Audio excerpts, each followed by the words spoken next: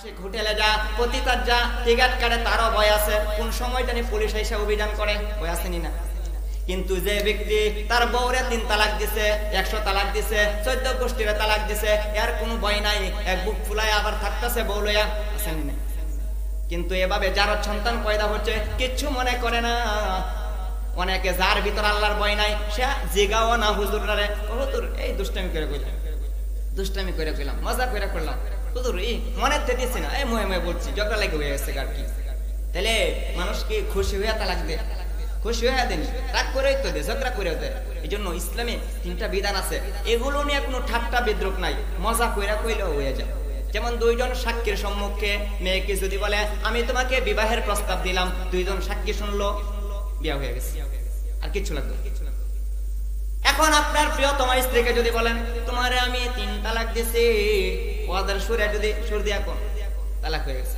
Message লিখলেন প্রিয়তমা আমি তোমারে 3টা তালাক দিলাম, তালাক হয়ে গেছে। কোনো সাক্ষীর দরকার নাই, কোনে কইলা তোমারে দিলাম 100 তালাক, 14 তালাক, তালাক হয়ে গেছে। কোনো সাক্ষীর দরকার নাই, বয়ে না শুনলেও তালাক হয়ে যাইব, বয়ে শুনো না লাগবে, খবরটা পৌঁছায় দেন তোমারে তালাক দিয়া দিছি। এটা হলো মজা নাই, ঠাট্টা বিদ্রুপ নাই। বিয়া 2 জন সাক্ষীর সম্মুখে ইজাব কবুল করলে বিয়া হয়ে গেছে।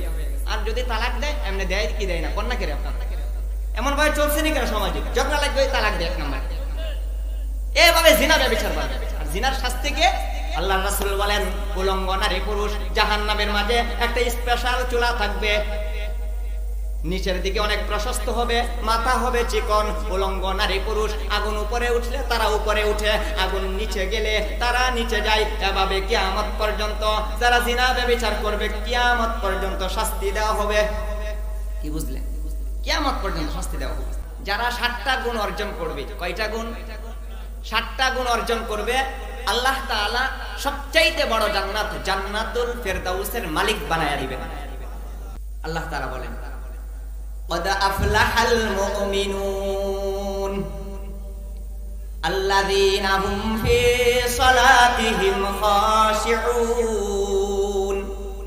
আল্লাহ বলেন قد أفلح المؤمنون, নিশ্চয় মুমিনরা সফল কাম, নিশ্চয় মুমিনরা সফল হয়ে গেছে।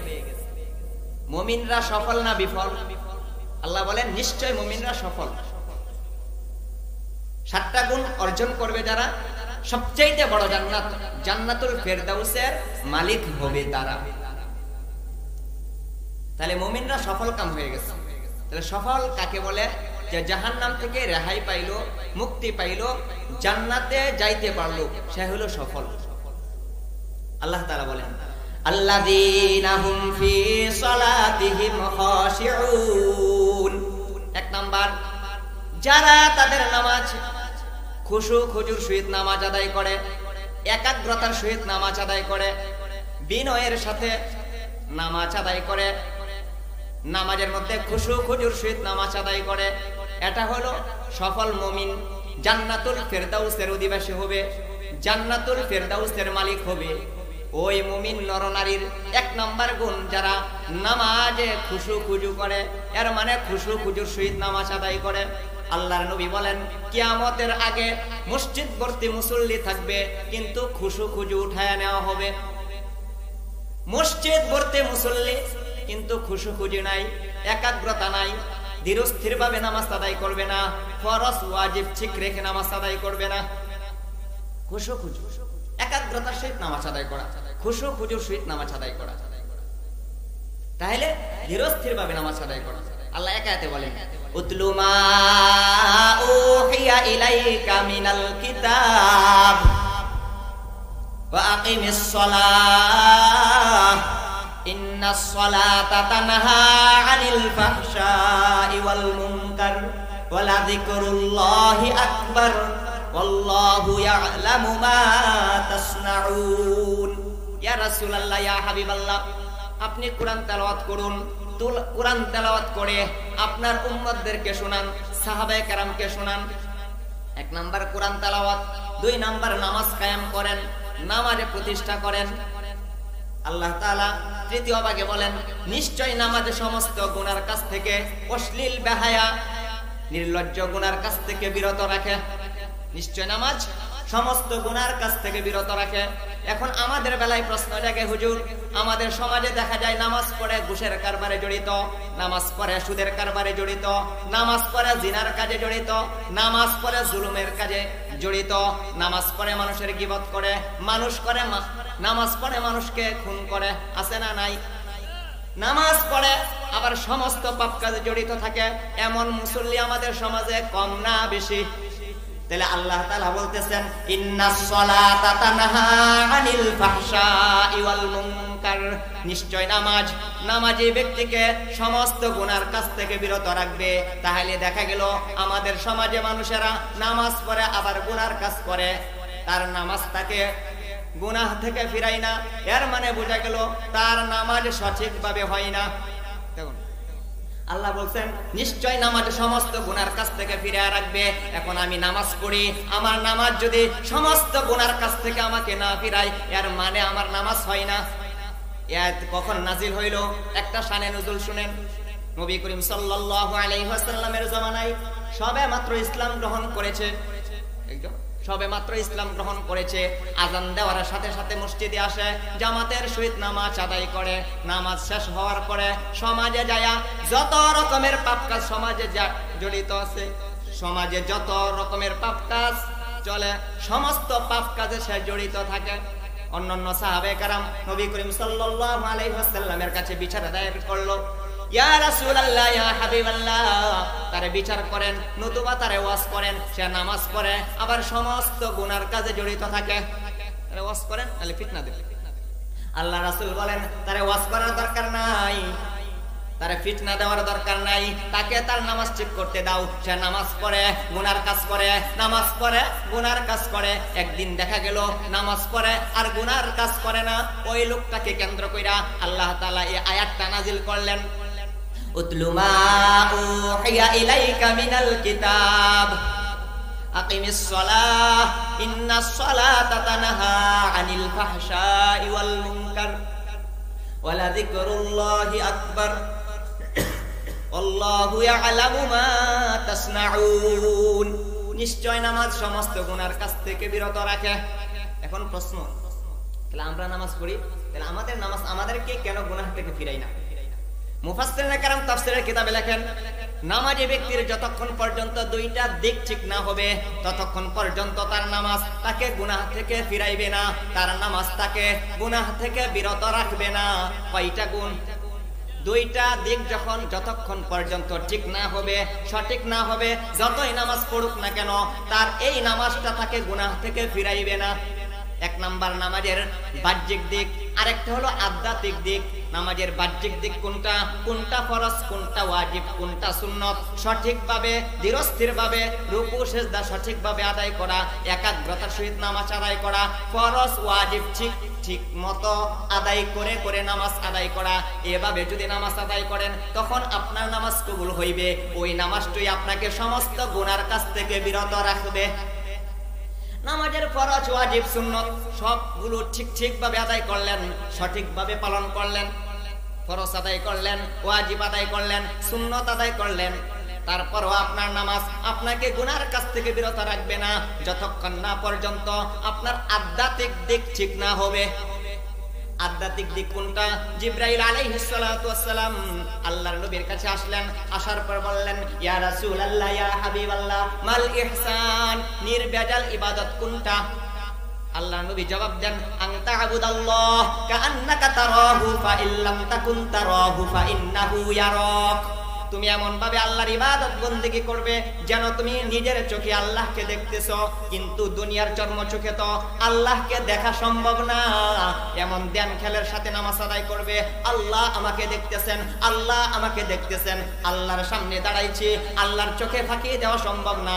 আল্লাহ বলেন, আলাম ইয়ালাম বিআন্নাল্লাহা ইয়ারা, মানুষ কি জানে না আমি আল্লাহ যে তারে দেখি? আল্লাহ কি দেখে না? আল্লাহ বলেন, আলাম ইয়ালাম বিআন্নাল্লাহা ইয়ারা, মানুষ কি জানে না আমি আল্লাহ যে তারে দেখি? তাহলে এমন ধ্যান খেলের সাথে নামাজ আদায় করা, আল্লাহ আমাকে দেখতেছেন, আল্লাহ আমাকে দেখতেছেন, এমন মনোভাব নিয়া এমন একাগ্রতার সহিত যদি নামাজ আদায় করেন তখনই আপনার নামাজ সমস্ত গুনার কাছ থেকে বিরত রাখবে। মুহাদ্দিসিনে কেরাম হাদিসের কিতাবে লেখেন শয়তান হইল দুই প্রকার। কয় প্রকার? একটা সাধারণ বাহিনী আর একটা হলো স্পেশাল বাহিনী। সাধারণ বাহিনী মানুষদেরকে অন্য পাপ কাজে জড়ায় দেয়, অন্য পাপ কাজে জড়িত কইরা দেয়। কিন্তু স্পেশাল একটা শয়তান আছে, স্পেশাল একটা বাহিনী আছে শয়তানের। এরা মুসল্লি যখন নামাজে দাঁড়ায় তখন তাদের কাছে আসে, আয়েশা বলে উযকুর কাযা উযকুর কাযা উযকুর কাযা, বিবি বাচ্চার কথা স্মরণ করো, ব্যবসা বাণিজ্যের কথা স্মরণ করো, দোকান পাটের কথা স্মরণ করো, বিভিন্ন রকমের কথা স্মরণ করায় দেয় যখন আপনি নামাজে দাঁড়ান। ঠিক নেই? এই জন্য এক রসিক মন্তব্য করে বলছেন, যদি তোমার কিছু মন না থাকে, কোন একটা জিনিস কোথায় রাখছো, নামাজে দাঁড়ায় যাও, দেখবো মন হয়ে গেছে। ঠিক না ভাই? ঠিক। নামাজে দাঁড়াইলে ছোটবেলার কথা মনে হয়, যৌবনকালের কথা মনে হয়, বিভিন্ন রকমের কথা মাথায় আসে না? আসে না? এই জন্য রাসূল বলেন স্পেশাল বাহিনী একটা শয়তান আছে, এই শয়তান দিয়ে আইসা মুসল্লিকে খুসাইতে থাকে, বিভিন্ন রকমের কথা স্মরণ করায় দেয়। আপনার দেহ আছে মসজিদে, মন আছে বাজারে, মন আছে বিবি বাচ্চার কাছে, মনটা আছে খেত খামারে, মনটা আছে ফ্যাক্টরির মধ্যে। ঠিক নেই? দেহ কিন্তু আপনার মসজিদে, দেহ আছে এখানে, মন আছে এখানে, ওখানে সেখানে। আল্লাহর রাসূল খন্দকের যুদ্ধ থেকে আইসা সাহাবায়ে কেরামকে বলেন, রাজানা মিনাল জিহাদিল আসগর ইলাল জিহাদিল আকবার, আমরা যে বেঈমান কাফেরদের সাথে যুদ্ধ করে এসেছি এটা হলো ছোট যুদ্ধ, আর নফসের সাথে যুদ্ধ করা হলো বড় যুদ্ধ। তাহলে মনটা এদিক সেদিক নিয়ে যায় শয়তান নামাজে দাঁড়াইলে। তখন কি করবেন? মনটা আপনার নিয়ে গেছে বাজারে, মনটা নিয়ে গেছে বন্দরে, মনটা নিয়ে গেছে বিবি বাচ্চার কাছে, আবার নামাজে নিয়ে আসেন। আল্লাহর সামনে দাঁড়াইছি, আল্লাহ আমাকে দেখতেছে, আল্লাহর চোখে ফাঁকি দেওয়া সম্ভব না। আরে আমি তো আল্লাহর সামনে দাঁড়াইছি, আল্লাহ আমাকে দেখতেছেন। শয়তান মনটা নিয়ে যাইবে, আবার টানাটানি করিয়া শয়তানের কাছ থেকে নামাজে নিয়ে আসবেন, আবার মনটা শয়তান নিয়ে যাবে, আবার টানাটানি করিয়া নামাজের মধ্যে নিয়ে আসবেন। এই যে টানাটানি করবেন, এটা আল্লাহ দেখেই না? দেখে না? আল্লাহ দেখতেছেন আমার বান্দা খুব জোরাজুরি করতেছে, টানাটানি করতেছে, শয়তান মনটা নিয়ে যাইতেছে নামাজ থেকে। তখন আল্লাহ তাআলা যখন এই অন্তরের খবর জানেন, এটা দেখতেছেন, তখন আল্লাহ তাআলা আপনাকে নামাজ কবুলের সওয়াব দিয়া দিবেন। তখন শয়তান আপনাকে আর বিভিন্ন রকমের কথা স্মরণ করাইবে না, খুঁচাইতে থাকবে না। তখন এই শয়তান অন্য মুসল্লির কাছে চলে যাবে।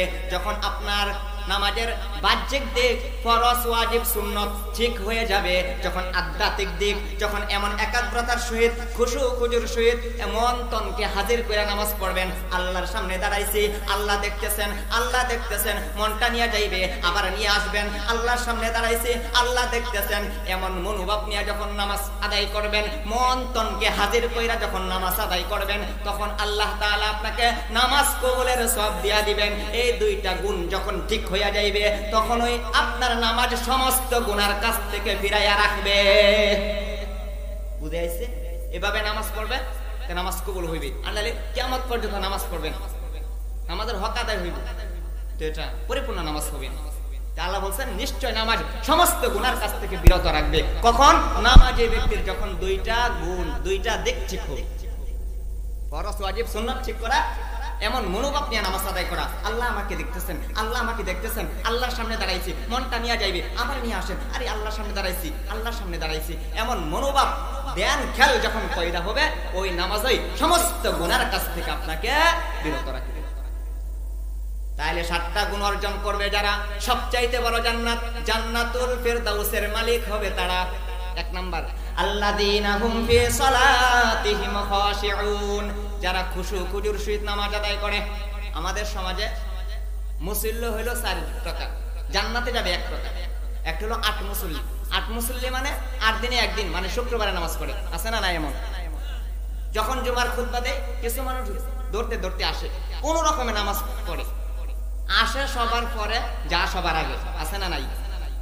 তাহলে জুমার দিনের করণীয় কি আমাদের? 2টা। আল্লাহ আরেক আয়াতে বলেন, ইয়া আইয়ুহাল্লাযীনা আমানু ইযা নুদিয়া লিস-সালাতি মিন ইয়াউমিল জুমআতি ফাসআউ ইলা যিকরিল্লাহি ওয়া যারুল বাই', যালিকুম খায়রুল লাকুম ইন কুনতুম তা'লামুন।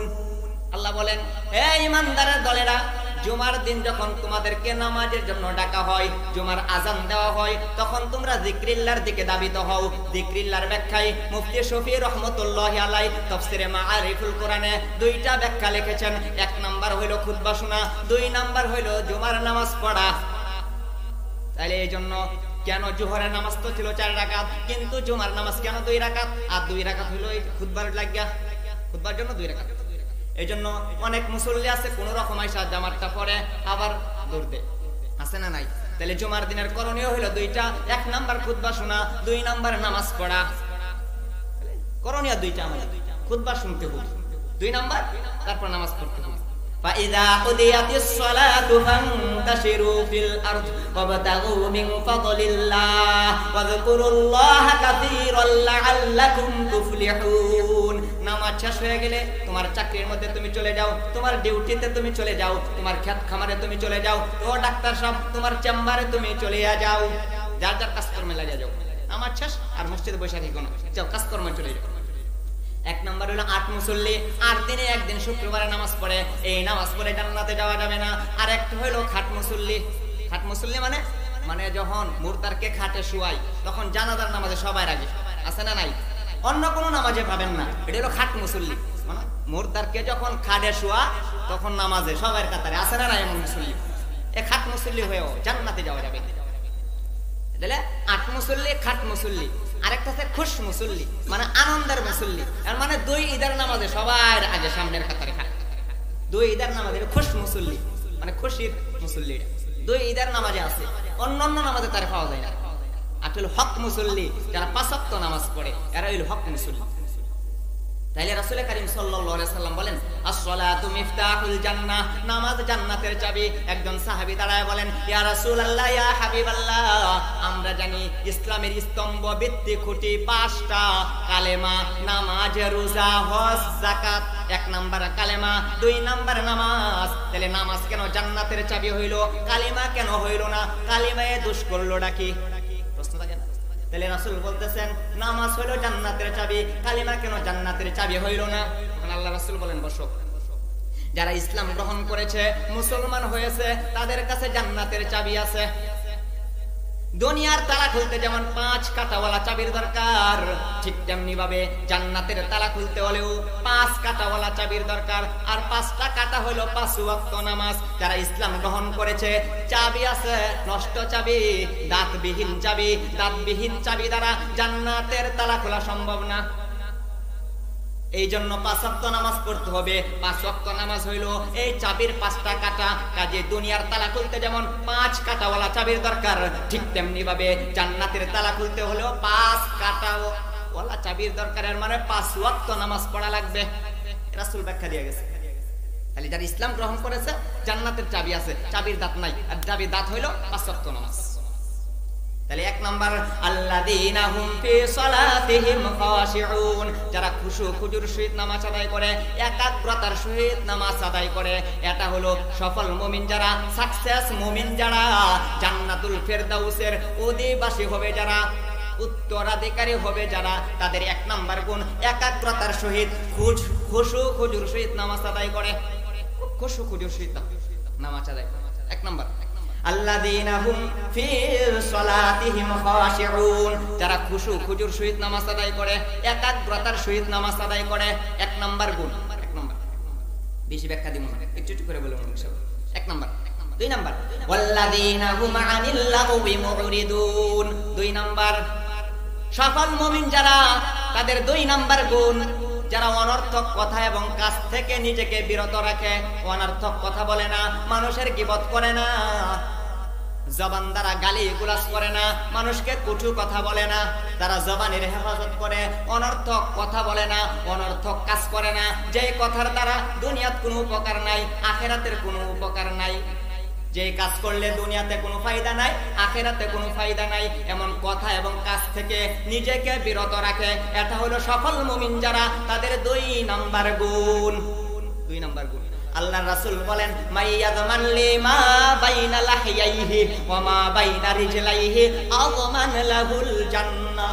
আল্লাহর নবী বলেন, ও আমার মায়ের উম্মতের দলেরা, তোমরা 2টা জিনিসের জিম্মাদারি নাও। আমি রাসূল নিজ দাড়িতে জান্নাতে পৌঁছাইয়া দিব। কয়টা? দুইটা।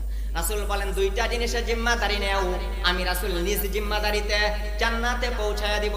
এক নাম্বার তোমার দুই চোয়ালের মাঝখানের অঙ্গ, এর মানে জিহ্বার জিম্মাদারি নেও। দুই নাম্বার তোমার দুই পায়ের মাঝখানের অঙ্গ লজ্জাস্থানের জিম্মাদারি নেও। তুমি দুইটা জিনিসের দুইটা অঙ্গের জিম্মাদারি নেও, আমি রাসূল জান্নাতের জিম্মাদারি নিলাম। এক সাহাবী বলেন ইয়া রাসূলুল্লাহ, ইয়া হাবিবাল্লাহ, অনেক ওয়াজ করলেন, এত ওয়াজ মনে রাখতে পারবো না, স্মরণে রাখতে পারবো না, শর্টকাট ওয়াজ কইরা দেন যে এই আমলটা করলে জান্নাতে চলে যেতে পারবো। রাসূল বলেন আসো আসো শুনো, জিহ্বা দেখায় দিচ্ছে, জিহ্বার নিয়ন্ত্রণ করো, তোমার ঠিকানা জান্নাত। সহজ, আর ওয়াজ লাগবে না। জিহ্বা নিয়ন্ত্রণ করো, তোমার ঠিকানা জান্নাত। রাসূল বলেন দুইটা অঙ্গের জিম্মাদারি তুমি নাও, আমি রাসূল জান্নাতের জিম্মাদারি নিলাম। এক নাম্বার জবানের হেফাজত করো, দুই নাম্বার লজ্জাস্থানের হেফাজত করো। দুইটা দায়িত্ব নেও তুমি, আমি রাসূল জান্নাতের দায়িত্ব নিলাম।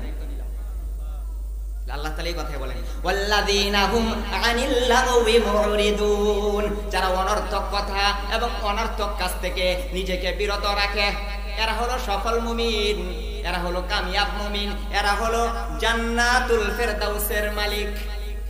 দুইটা গেল। তিন নাম্বার ওয়াল্লাযীনা হুম লিয-যাকাতি ফাঈলুন, যারা যাকাত আদায় করে।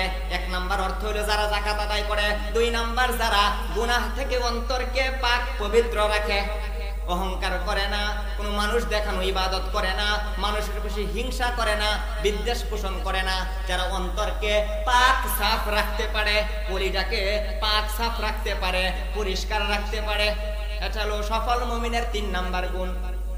আল্লাহ বলেন ওয়াল্লাযীনা হুম লিয-যাকাতি ফাঈলুন, যারা নিজের আত্মাকে পরিশুদ্ধ করতে পেরেছে, নিজের আত্মাটাকে কলিজাকে পাক সাফ করতে পেরেছে, তারা সফল মুমিন, তারা হবে জান্নাতুল ফেরদাউসের মালিক। তিন গেল। কয়টা গেছে? মনে রাখবেন। এক নাম্বার যারা নামাজে খুশু-খুজুর সহিত নামাজ আদায় করে। দুই নাম্বার অনর্থক কথা এবং কাজ থেকে নিজেকে বিরত রাখে। তিন নাম্বার যারা অন্তরকে পাক সাফ রাখে। কয়টা গুণ অর্জন করতে পারলে আল্লাহ তাআলা সবচাইতে বড় জান্নাত জান্নাতুল ফেরদাউসের মালিক বানাইয়া দিবেন? সাতটা গেল। কয়টা? তিনটা। চার নাম্বার ওয়াল্লাযীনা হুম লিফুরুজিহিম হাফিজুন, আল্লাহ বলেন সফল মুমিনের চার নাম্বার গুণ যারা নিজেদের লজ্জাস্থানের হেফাজত করে। লজ্জাস্থানের হেফাজত। তাহলে লজ্জাস্থানের হেফাজত কিভাবে করবে? হয়তোবা তুমি বিবাহের মাধ্যমে লজ্জাস্থানের হেফাজত করো, নতুবা তোমার মালিকানাধীন দাসী থাকলে তাদের সাথে তুমি লজ্জাস্থান ব্যবহার করতে পারো। এছাড়া অন্য কোনো পন্থায় তোমার লজ্জাস্থান ব্যবহার করা যাবে না। এখন দাসী প্রচলন নাই, আগে ছিল, এখন নাই, ভবিষ্যতে আসতে পারে। তাইলে একমাত্র স্ত্রী ছাড়া তোমার লজ্জাস্থান ব্যবহার করা যাবে না। যারা লজ্জাস্থানের হেফাজত করে তারা জান্নাতুল ফেরদাউসের মালিক হবে। চার নাম্বার। এই জন্য রাসূল কারীম সাল্লাল্লাহু আলাইহি ওয়াসাল্লাম বলেন ইয়া মা'শারাশ শাবাব মান ইসতাতা'a মিনকুমুল বা'আতা ফালইয়াতাযাওয়াজ ফাইন্নাহু আগাদ্দু লিল বাসারি ওয়া আহসানু লিল ফারাজ ওয়া মান লাম ইসতাতি' ফা'আলাইহি বিস-সাওম ফাইন্না লাহু উইজাউন। একটা কিতাব আছে, হাদিসের নাম হলো মিশকাত, মিশকাতুল মাসাবিহ, মিশকাত শরীফের কিতাবুন নিকাহ এর প্রথম হাদিস। আল্লাহর রাসূল বলেন ও যুবকের দলেরা, যদি তোমাদের বা আতার ক্ষমতা থাকে তাহলে তোমরা বিয়া করো। বা আতার ব্যাখ্যায় মিশকাত শরীফের একটা ব্যাখ্যা গ্রন্থ নাম হলো মিরকাত। মিরকাতের মধ্যে মুল্লা আলী আল কারি রহমাতুল্লাহি আলাইহি অনেকটি ব্যাখ্যা লিখেছেন। উল্লেখযোগ্য ব্যাখ্যা হলো দুইটা। এক নাম্বার তোমার যৌন ক্ষমতা, দুই নাম্বার বরণ পোষণের ক্ষমতা। এই দুইটা গুণ যদি তোমার থাকে ও যুবকের দলেরা, তাহলে ফালইয়াতাযাওয়াজ, বিয়া করো। রাসূল বলেন আমাদের দুইটা ক্ষমতা থাকলে বিয়া করো। কেন করব? রাসূল বলেন ফাইন্নাহু আগাদ্দু লিল বাসারি ওয়া আহসানু লিল ফারাজ, এতে তোমার দৃষ্টি নত থাকবে, লজ্জাস্থানের হেফাজত হবে।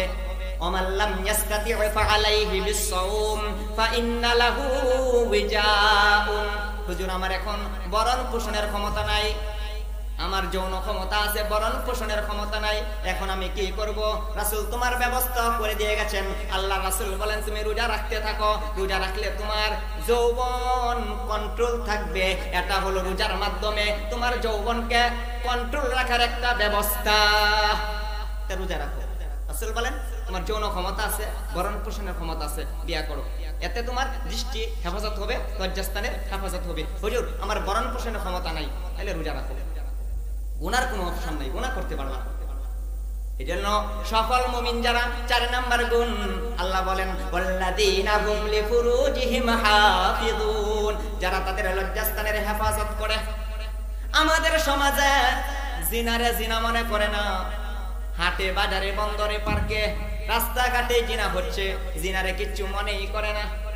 জিনা কি মারাত্মক বিধি জানে? জাহান্নামের মধ্যে স্পেশাল একটা চুলা আছে, এই চুলার মধ্যে উলঙ্গ নারী পুরুষ, আগুন যখন উপরে উঠে উলঙ্গ নারী পুরুষ উপরে উঠে, আগুন যখন নিচে নামে উলঙ্গ নারী পুরুষ নিচে নামে। আল্লাহর রাসূল বলেন এদেরকে কিয়ামত পর্যন্ত এমন ভাবে শাস্তি দেওয়া হবে, উলঙ্গ নারী পুরুষ আগুন যখন উপরে উঠে তারাও উপরে উঠে, আগুন যখন নিচে নামে উলঙ্গ নারী পুরুষগুলাও নিচে নামে। এরা হলো জিনাখোর নারী পুরুষের দলেরা। কিয়ামত পর্যন্ত এমন ভাবে তাদেরকে শাস্তি দেওয়া হবে। কিচ্ছু মনে করে না, জিনা করেন না, করে না। গত বছর বলেছিলাম জিনা করে বিভিন্ন ভাবে, একটা হইলো প্রেম কইরা জিনা করে, আরেকটা হলো পতিতালয়ে যায় টিকেট কাটটা হোটেলে যায় জিনা করে। সবচাইতে নিকৃষ্টতম জিনা যতরা লাগে ওই বউয়েরা দেয় 100 তালাক, 10 তালাক, 50 তালাক, 14 গোষ্ঠী তালাক, দেনি না দেনা। যে অবৈধভাবে প্রেম কইরা জিনা করে হেও ভয় পাই, ডর পাই, কেউ নি দেখালা আমারে, আমার আত্মীয় স্বজন নি দেখে ফেলে, ভয় আছে না? হোটেলে যা, পতিতার যা, টিকেট কাটে, তারও ভয় আছে। কোন সময়টা নিয়ে পুলিশ এসে অভিযান করে, ভয় আছে নি না? কিন্তু যে ব্যক্তি তার বউরে 3 তালাক দিছে, 100 তালাক দিছে, 14 গোষ্ঠীর তালাক দিছে, এর কোনো ভয় নাই, এক বুক ফুলায় আবার থাকতেছে বউ লইয়া, আছে নি না? কিন্তু এভাবে যার সন্তান পয়দা হচ্ছে কিচ্ছু মনে করে না। অনেকে যার ভিতর আল্লাহর ভয় নাই সে জিগাও না হুজুররে, হুজুর এই দুষ্টামি করে কইলাম, দুষ্টামি করে কইলাম, মজা করে করলাম, হুজুর এই মনে দিছি না, এই ময়ে ময়ে বলছি, ঝগড়া লেগে হয়ে গেছে আর কি। তাহলে মানুষ কি খুশি হয়ে তালাক দে? খুশি হয়ে দেন, রাগ করেই তো দে, ঝগড়া করেও দেয়। এই জন্য ইসলামে 3টা বিধান আছে, এগুলো নিয়ে কোনো ঠাট্টা বিদ্রুপ নাই, মজা কইরা কইলেও হয়ে যায়। যেমন 2 জন সাক্ষীর সম্মুখে মেয়েকে যদি বলে আমি তোমাকে বিবাহের প্রস্তাব দিলাম, 2 জন সাক্ষী শুনলো, বিয়ে হয়ে গেছে, আর কিচ্ছু লাগবে। এখন আপনার প্রিয়তমা স্ত্রীকে যদি বলেন তোমারে আমি 3 তালাক দিছি, ওয়াদার সুরে যদি সুর দিয়া কোন তালাক হয়ে গেছে। মেসেজ লিখলেন প্রিয়তমা আমি তোমারে 3টা তালাক দিলাম, তালাক হয়ে গেছে। কোনো সাক্ষীর দরকার নাই, কোনে কইলা তোমারে দিলাম 100 তালাক, 14 তালাক, তালাক হয়ে গেছে। কোনো সাক্ষীর দরকার নাই, বয়ে না শুনলেও তালাক হয়ে যাইবো, বয়ে শুনো না, খবরটা পৌঁছায় দেন তোমারে তালাক দিয়া দিছি। এটা হলো মজা নাই, ঠাট্টা বিদ্রুপ নাই। বিয়া 2 জন সাক্ষীর সম্মুখে ইজাব কবুল করলে বিয়া হয়ে গেছে। আর যদি তালাক দেয় এমনি দেয় কি দেয় না, কন্যা কেড়ে আপনার এমন ভাবে চলছে নি কেন সমাজে? ঝগড়া লাগবে তালাক দেয় 1 নাম্বার। এভাবে জিনা ব্যভিচার বাড়বে। আর জিনার শাস্তি কে? আল্লাহর রাসূল বলেন উলঙ্গ নারী পুরুষ জাহান্নামের মাঝে একটা স্পেশাল চুলা থাকবে, নিচের দিকে অনেক প্রশস্ত হবে, মাথা হবে চিকন। উলঙ্গ নারী পুরুষ আগুন উপরে উঠলে তারা উপরে উঠে, আগুন নিচে গেলে তারা নিচে যায়। এভাবে কিয়ামত পর্যন্ত যারা জিনা ব্যভিচার করবে কিয়ামত পর্যন্ত শাস্তি দেওয়া হবে। কি বুঝলেন? কিয়ামত পর্যন্ত শাস্তি দেওয়া হবে।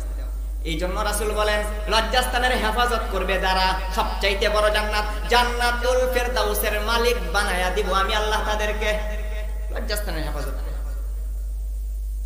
জিনাখোর নারী পুরুষ এভাবে শাস্তি দেওয়া হবে। গায়রে মাহরাম একজন মহিলাকে স্পর্শ করা তার মাথার মধ্যে পেরেক মারার চাইতেও কঠিন শাস্তি তাকে দেওয়া হবে।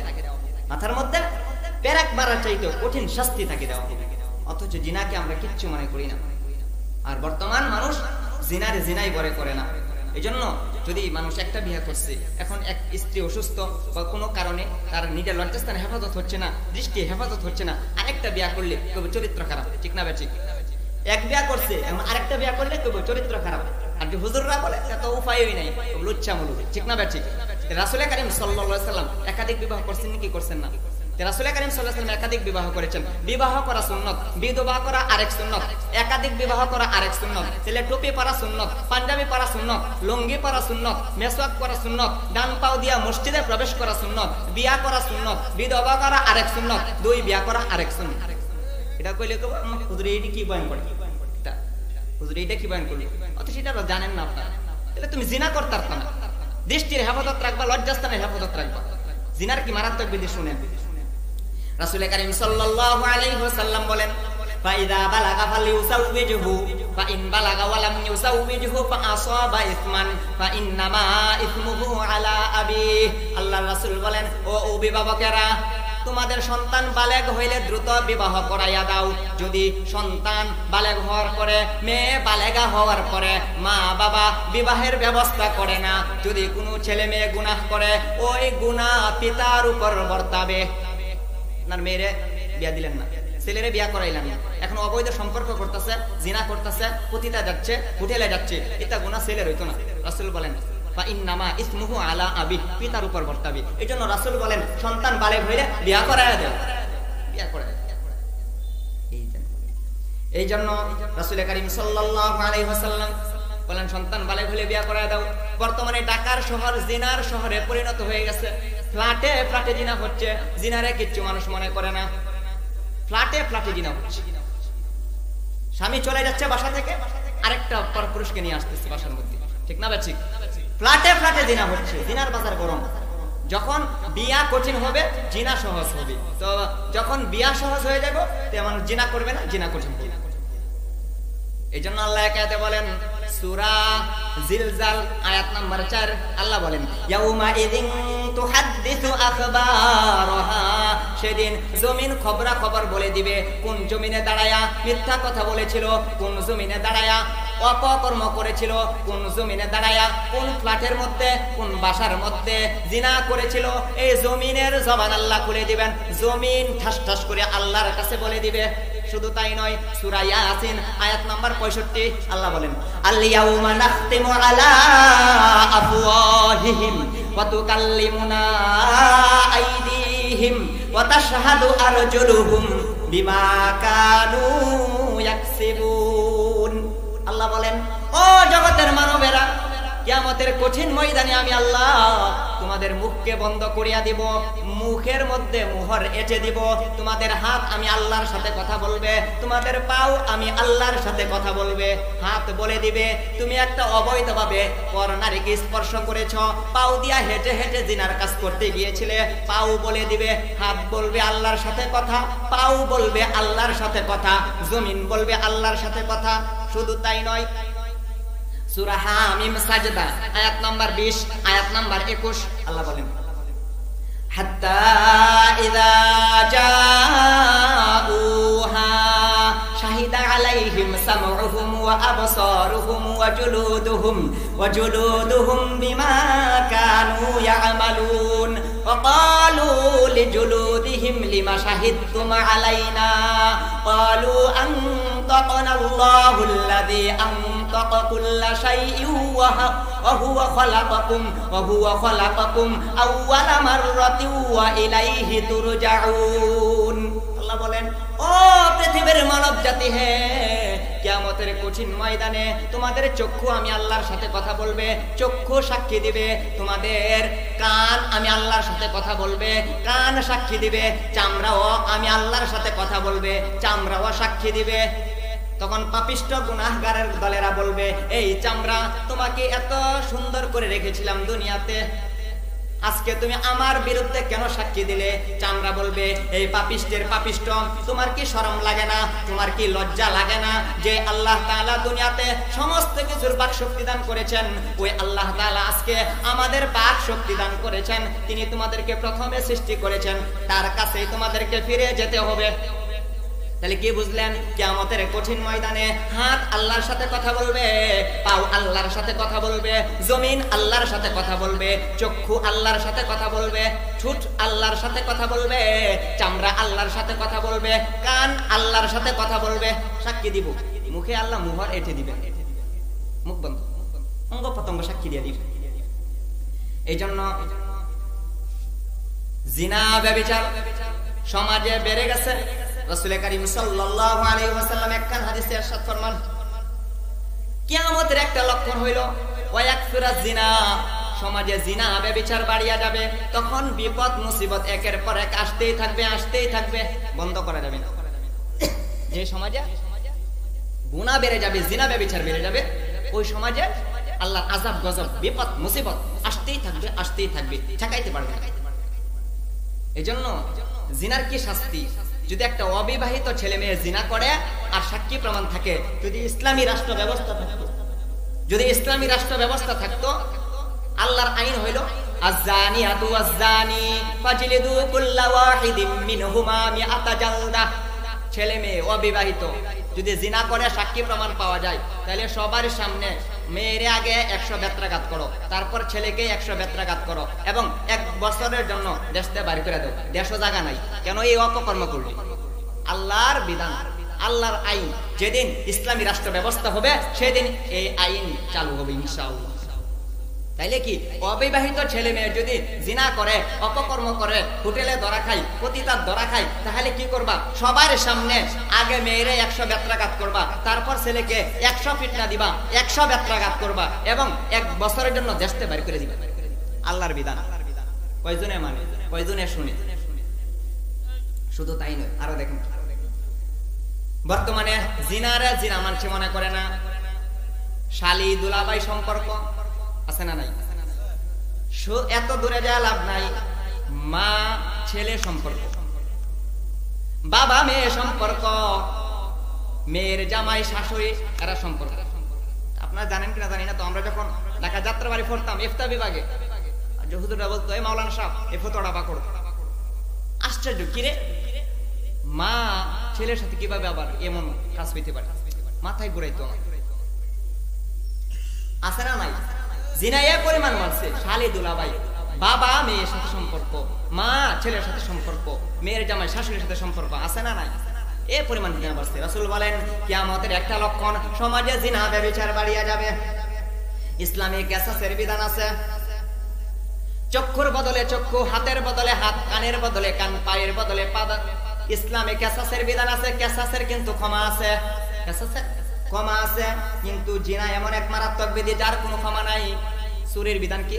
আস-সারিকু ওয়াস-সারিকাতু ফাকতাউ আইদিয়াহুমা। চোর আর চোরনি চুরি করলে, ধরা পড়লে, সাক্ষী প্রমাণ থাকলে হাত কাটটা দাও, তারপর বাঁচার অধিকার আছে। কিন্তু জিনা এমন এক মারাত্মক বিধি যার কোনো ক্ষমা নাই। জিনা এমন মারাত্মক বেদে যার কোনো ক্ষমা নাই। নামাজ না পড়লেও ক্ষমা আছে, বাঁচার অধিকার আছে। রোজা না রাখলেও বাঁচার অধিকার আছে। হজ না করলেও বাঁচার অধিকার আছে। যাকাত না দিলেও বাঁচার অধিকার আছে। জিনা এমন এক মারাত্মক বেদে যার কোনো বাঁচার অধিকার নাই। আল্লাহর আইন কি জানেননি? আশ-শাইখু ওয়াশ-শাইখাতু ইযা জানায়া ফারজুমুহুমা। যদি বিবাহিত পুরুষ এবং নারী জিনা করে, সাক্ষী প্রমাণ পাওয়া যায়, তাহলে পাথর নিক্ষেপ করে মাইরা লাও, তার বাঁচার অধিকার নাই। কি বুঝলেন? নামাজ না পড়লেও বাঁচার অধিকার আছে, রোজা না রাখলেও বাঁচার অধিকার আছে, হজ না করলেও বাঁচার অধিকার আছে, যাকাত না দিলেও বাঁচার অধিকার আছে। জিনা এমন এক মারাত্মক বিধি, অপরাধ, আল্লাহর কাছে এত খারাপ একটা কাজ, তার বাঁচার অধিকার নাই, তারে দুনিয়ার থেকে মাইরা লাও। তাও এমন ভাবে না, কঠিন মার মারো, সবার সামনে পাথর নিক্ষেপ করে মাইরা লাও। কি বুঝলে? তার বাঁচার অধিকার নাই। আর জিনারে কিছু মনে করে না, জিনা হইছে বিয়া করা যায়, মাইরা লাও। আল্লাহর বিধান। এটাই আইনটা হবে যেদিন ইসলামী রাষ্ট্র ব্যবস্থা হবে, ওই দিন ওই আইনটা হবে। যেদিন দেখা যাইবে বিবাহিত ছেলে মেয়ে ধরা পড়লই পাথর নিক্ষেপ করে সবার সামনে মাইরা লাইব। আর জিন্দিগিতে বাংলাদেশের দর্শন হইতো না, ফরকিয়া হইতো না, একজনের বউ আরেকজনে বাগায়া নিত না। ঠিক না ঠিক? যদি বাইতুল মুকাররমের সামনে এমন একটা ঘটনা ঘটে, বিবাহিত নারী পুরুষ যদি জিনা করে আর ধরা পড়ছে, আর যদি তাদেরকে পাথর নিক্ষেপ কইরা দুনিয়া থেকে বিদায় করে দেওয়া হয়, আর মানুষ সাহস করতো না আরেকজনের বউয়ের সাথে পরকিয়া করবে। ঠিক না বেঠিক? এই আল্লাহর আইন। আইন দেখেন কি মাত্র। রাসূল কারীম সাল্লাল্লাহু আলাইহি ওয়াসাল্লাম এর জামানায় কি অবস্থা ছিল দেখেন। রাসূল কারীম সাল্লাল্লাহু আলাইহি ওয়াসাল্লাম বলেন, আল আইনানে তাজনিয়ানে ওয়াল ইয়াদানে তাজনিয়ানে ওয়াল ফারজু ইয়াজনি। চক্ষু জিনা করে, হাত জিনা করে, পাও জিনা করে, লজ্জাস্থানও জিনা করে। চক্ষুর জিনা হইল চোখ দ্বারা বেগানা নারীকে দেখা, আর মুখ দ্বারা কথা বলা মুখের জিনা, আর কান দ্বারা বেগানা নারীর কথা শোনা কানের জিনা, হাত দ্বারা স্পর্শ করা হাতের জিনা, পাও দিয়া হাঁটিয়া হাঁটিয়া যাওয়া পায়ের জিনা, আর লজ্জাস্থান দ্বারা তা ব্যবহার করা হয়।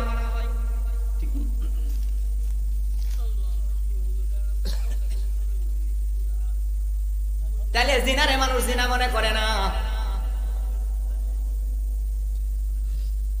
আল্লাহ তাআলার বিধান কি দেখেন, নবী করিম সাল্লাল্লাহু আলাইহি ওয়াসাল্লামের জামানায় এক মহিলা জিনা করেছে।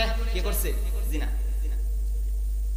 আল্লাহর নবীর কাছে আয়েশা বলেন, ইয়া রাসূলুল্লাহ, ইয়া হাবিবাল্লাহ, তাহহিরনি, আমার কলিজাটারে পাক কইরা দেন, আমার কলিজাটাকে পাক সাফ কইরা দেন, আমি জিনা করছি, অপরাধ কইরা ধরা দিছে। আয়েশা কয়, ইয়া রাসূলুল্লাহ, ইয়া হাবিবাল্লাহ, তাহহিরনি, আমাকে পবিত্র কইরা দেন। আল্লাহর রাসূল মুখ ফিরা নিছে, কি কও তুমি? তো জিনা করছো, এটা কি কও? আবার এক, ইয়া রাসূলুল্লাহ, ইয়া হাবিবাল্লাহ, আমি জিনা করছি, আমার বিচার করেন। কি কও? জি হুজুর, আমার বিচার করেন, আমি আল্লাহর আযাব সহ্য করতে পারবো না, দুনিয়াতে যা আযাব দিবেন মানলাম, দেন বিচার করলাম। আল্লাহ রাসূল বলেন, তোমার পেটে কি বাচ্চা আছে? জি হুজুর, পেটে বাচ্চা। যাও যাও, বাচ্চা খালাস করে আসো। মহিলা বাড়িতে চলে গেল। বাচ্চা জন্মগ্রহণ করার পরে আল্লাহ রাসূলের কাছে আয়েশা বলেন, ইয়া রাসূলুল্লাহ, ইয়া হাবিবাল্লাহ, এই যে আমার বাচ্চা, এখন আমার বিচার করেন। আল্লাহ রাসূল বলেন, যাও, বাড়িতে যাও। ইউরদিউনা আওলাদাহুন্না হাওলাইনি কামিলাইনি লিমান আরাদা আইয়ুতিম্মার রাদাআ, 2 বছর দুধ পান করাও, দুধ পান করাও বাচ্চা। মহিলা আবার বাড়িতে চলে গেছে।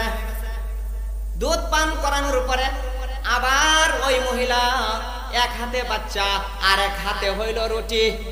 আল্লাহ রাসূলের সামনে আয়েশা বলতেছেন, ইয়া রাসূলুল্লাহ, ইয়া হাবিবাল্লাহ, এই যে দেখেন আমার হাতে রুটি, এই যে আমার বাচ্চা, এই যে আমার বাচ্চা এখন বাহিরের খাবার খেতে অভ্যস্ত, আমার বিচার কইরালাম। কি ভয় ছিল অন্তর, পরকালের আযাব কেমনে সহ্য করব? রাসূল আমার বিচার করে দেন, আমি জিনা করছি। আল্লাহ রাসূল বলেন, ও সাহাবায়ে কেরাম, এই বাচ্চার দায়িত্ব কে নিতে পারবা? একজন হুজুর, আমি নিলাম, নাও বাচ্চার দায়িত্ব দিলাম। ও সাহাবায়ে কেরাম, এই মহিলাকে নিয়ে রজম করো, পাথর নিক্ষেপ করো। বুক পর্যন্ত দাবায়া পাথর নিক্ষেপ করতে লাগলো। সাহাবায়ে কেরাম পাথর নিক্ষেপ করতে লাগলো। একজন সাহাবী ছিলেন খালিদ বিন ওয়ালিদ রাদিয়াল্লাহু তাআলা আনহু, যিনি 102টা যুদ্ধের সিপাহ সালার ছিলেন, নেতৃত্ব দিয়েছিলেন। এই সাহাবীও একটা পাথর মারছে। পাথর মারার পরে ওই মহিলার শরীর থেকে রক্তের ছিটা এসে খালিদ বিন ওয়ালিদ রাদিয়াল্লাহু তাআলা আনহু এর জামার মধ্যে পড়লো। পাথর নিক্ষেপ করছে, রক্তের ছিটা এসে খালিদ বিন ওয়ালিদ রাদিয়াল্লাহু তাআলা আনহু ওনার জামার মধ্যে পড়ছে। উনি নাক চিটকে দিলেন, ব্যভিচারী নারী, শরীরে রক্ত এসে আমার গায়ে লাগলো। আল্লাহ রাসূল বলেন, খালিদ, থামো থামো, তুমি কি জানো এই মহিলাটা এই পরিমাণ তওবা করেছে, এমন ভাবে আল্লাহর কাছে কান্নাকাটি করেছে, এই তওবা যদি সারা মদিনাবাসীদের মাঝে ভাগ করে দেওয়া হয় তারপরেও কম হবে না, এই পরিমাণ তওবা করেছে।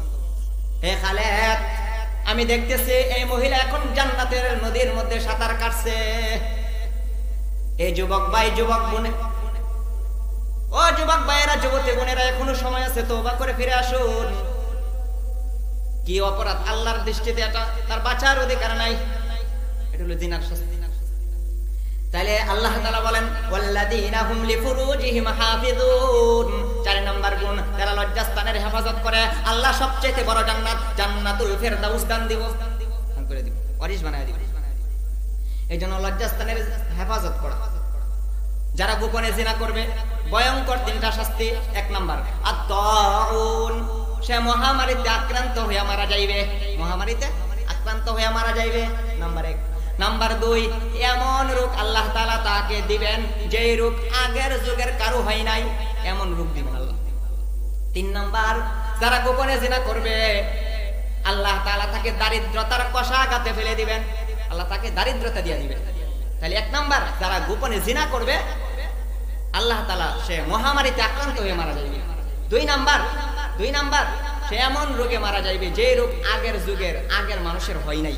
3 নাম্বার, আল্লাহ তাআলা তাকে দারিদ্রতার কষাঘাতে ফেলে দিবেন। জন্য জিনা বন্ধ করা যায়। এই জন্য স্ত্রীর সাথে কথা বললেও আল্লাহ তাআলা নফল ইবাদতের সওয়াব দান করবেন, স্ত্রীর সাথে হাত ধরে হাঁটলেও আল্লাহ তাআলা নফল ইবাদতের সওয়াব দান করবেন।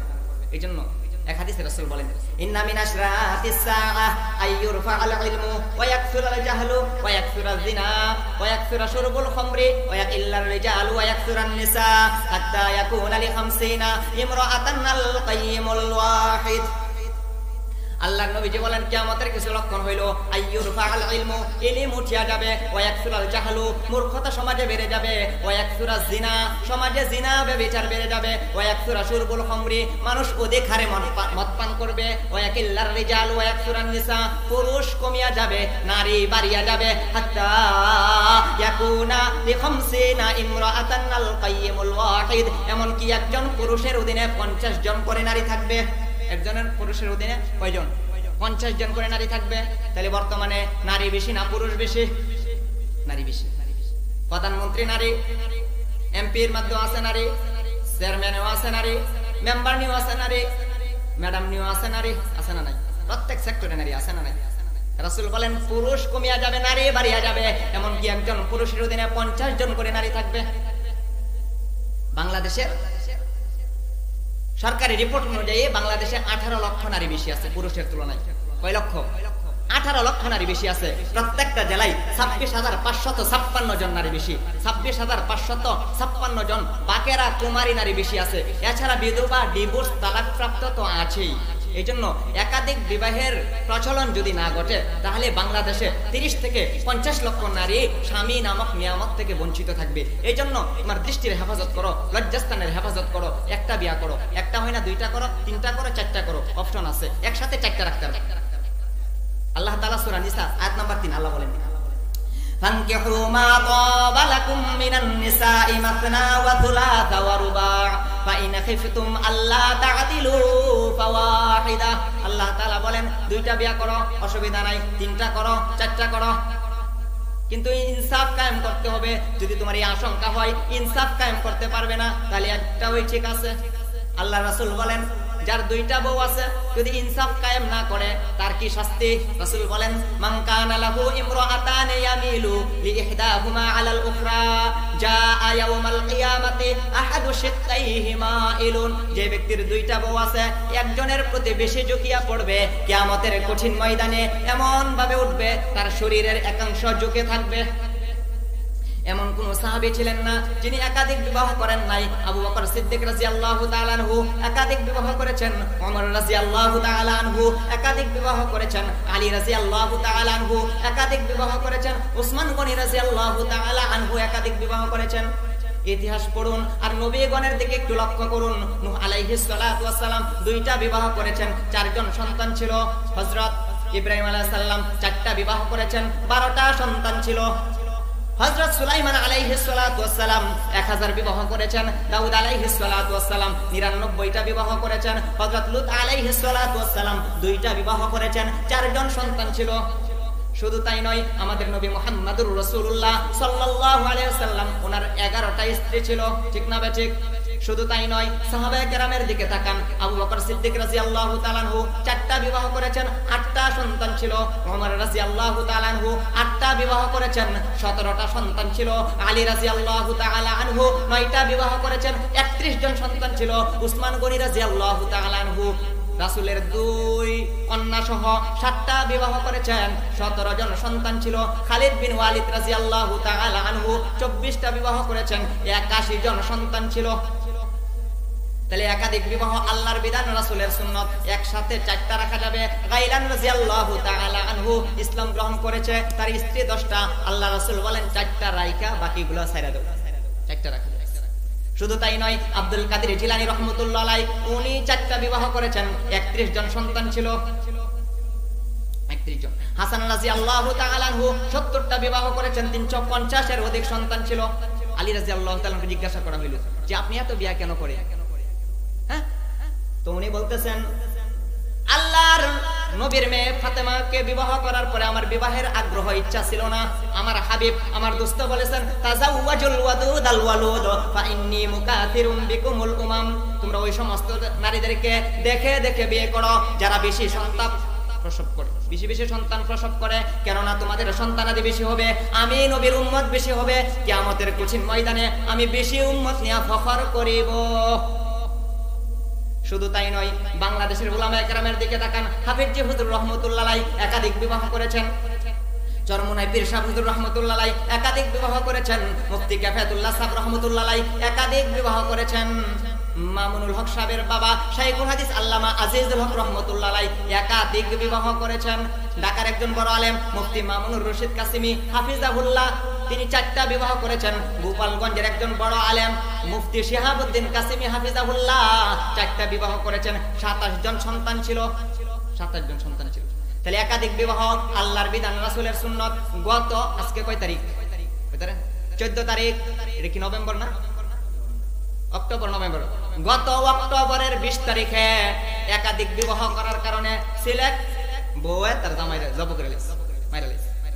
অথচ আল্লাহর বিধান, রাসূলের সুন্নাত, একাধিক বিবাহ যদি কেউ অপছন্দ করে, নাক ছিটকায়, ঈমান চলে যাবে। আল্লাহর বিধান, রাসূলের সুন্নাত, তোমার দৃষ্টির হেফাজত করো, লজ্জাস্থানের হেফাজত করো। তাহলে তাজিলুন নিকাহ, তাড়াতাড়ি বিবাহের ব্যবস্থা করা, এটা ইসলামের চাহিদা।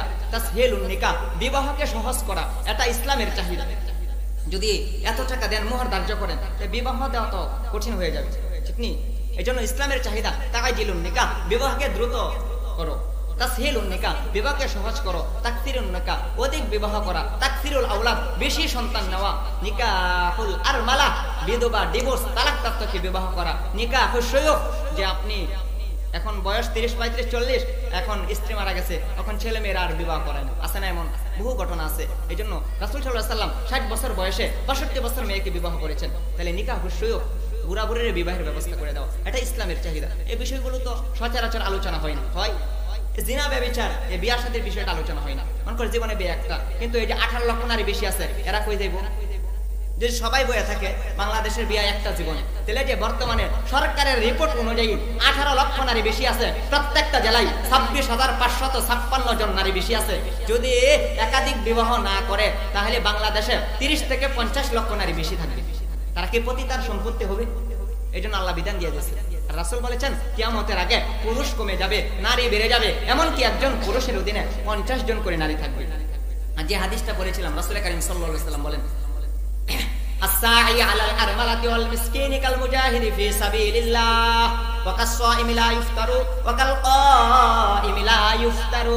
আল্লাহর রাসূল বলেন, কেউ যদি ডিভোর্স, তালাক প্রাপ্ত অসহায় বিধবা নারীকে বিয়ে করে, আল্লাহ তাআলা সারা জীবন আল্লাহর রাস্তায় জিহাদ করার সমান সওয়াব দান করবেন, সারা রাত্র নফল ইবাদত করার সমান সওয়াব দান করবেন, সারা জীবন রোজা রাখার সমান সওয়াব দান করবেন। কেন বিয়ে করবেন না? বিধবা, ডিভোর্স, তালাক প্রাপ্ত নারী এরা আছে বাবার বাড়িতে, বাইরেও দেখতে পারে না, বাবা মাও নাই, কি যে কষ্টে আছে 2-1টা সন্তান নিয়ে। যা আছে সে বুঝে কি কষ্ট। এই জন্য রাসূল বলেছেন, বিধবা, ডিভোর্স, তালাকপ্রাপ্ত অসহায় নারীকে বিবাহ করো। রাসূল সাল্লাল্লাহু আলাইহি ওয়াসাল্লাম শুধু আয়েশা ছাড়া সবাই ছিল ডিভোর্স, সবাই ছিল বিধবা, ঠিক নেই? শুধু আয়েশা ছিল কুমারী।